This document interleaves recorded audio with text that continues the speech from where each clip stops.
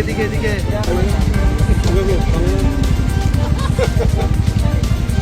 পার্বত্যবাসীদের জন্য একটা দায়িত্ব পেয়েছি কাজ করার জন্য, সেটা আমি সর্বাত্মক চেষ্টা করব।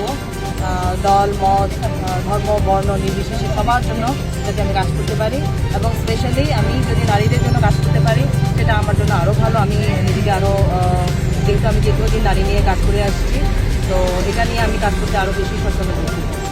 প্রথমত সরকারি এবং বেসরকারি পর্যায়ে যে ধরনের নারী এবং শিশুদের জন্য যে ধরনের কার্যক্রম আছে সেই কার্যক্রমগুলোকে আমি আইডেন্টিফাই করার চেষ্টা করব। সেই কার্যক্রমগুলো ভালো মতো চলছে কিনা, আর যদি না চলে তাহলে সেক্ষেত্রে সেটাকে আরও কীভাবে গতিশীল করা যায় সেটা আমি চেষ্টা করব।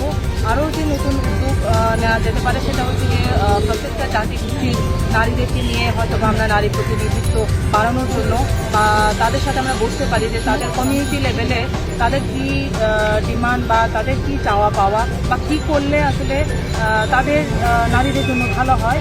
তো এগুলো নিয়ে আসলে আমি তাদের সাথে কথা বলেই বা তাদের সাথে মত বিনিময় করেই আমি সে সিদ্ধান্ত নেব।